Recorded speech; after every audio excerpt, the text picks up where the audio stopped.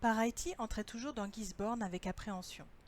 C'était une ville de province animée, avec des boutiques, des grands magasins de vêtements et 2 ou 3 cinémas, le tout concentré entre 4 rues qui croisaient Gladstone Road à partir du Petit Port jusqu'au Beffroi. La population était principalement Pakeha, blanche, mais quelques Maoris rôdaient autour des assommoirs habituels, les pubs et les salles de billard. Côtoyer les Pakeha n'avait rien de naturel pour Paraity. Elle avait l'impression de devoir franchir un abîme entre 2 mondes. La balafre sur son visage la desservait encore, car elle lui donnait un aspect plutôt sinistre. En ces temps modernes, les Pakeha aimaient dire qu'ils formaient un seul peuple avec les Maoris, mais des signes de division persistaient. Il y avait d'un côté les quartiers blancs de la ville, en particulier les demeures somptueuses de Waterside Drive, et de l'autre, les bidonvilles, où vivaient les Maoris. Surmontant son appréhension, Paraity descendit la Grand-Rue. La ville était encore plus trépidante que d'ordinaire. Avec les élections législatives prévues à la fin de l'année, les militants de la coalition des partis United et Reform faisaient déjà campagne en racolant bruyamment les électeurs. « Votez pour Forbes au poste de Premier ministre !»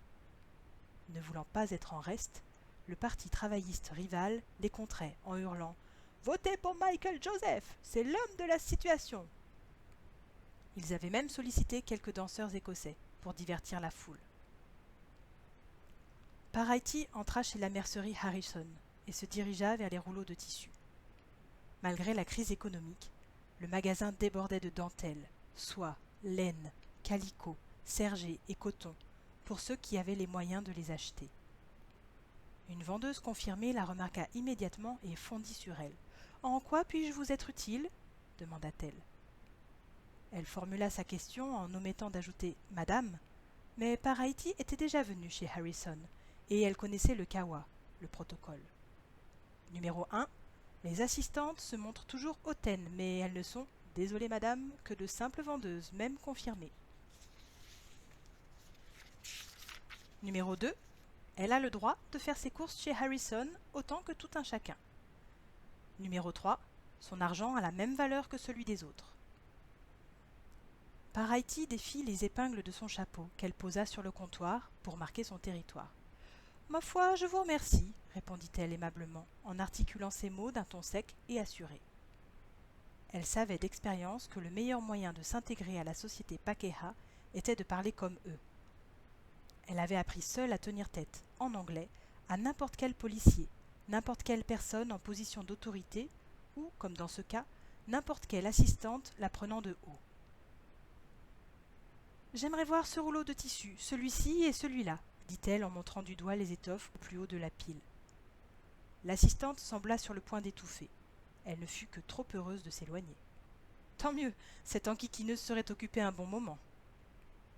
Paraity fouilla dans les tissus et accessoires à la mode sur les étalages. Lorsque la vendeuse redescendit de ses 2 échelles, elle avait déjà fait sa sélection. De jolies coupures dans une gamme aux couleurs vives et clinquantes. Elle choisit aussi 2 culottes bouffantes avec des froufrous très osés sur la jambe. « Auriez-vous l'amabilité d'emballer tout cela ?» demanda Paraity en payant ses achats.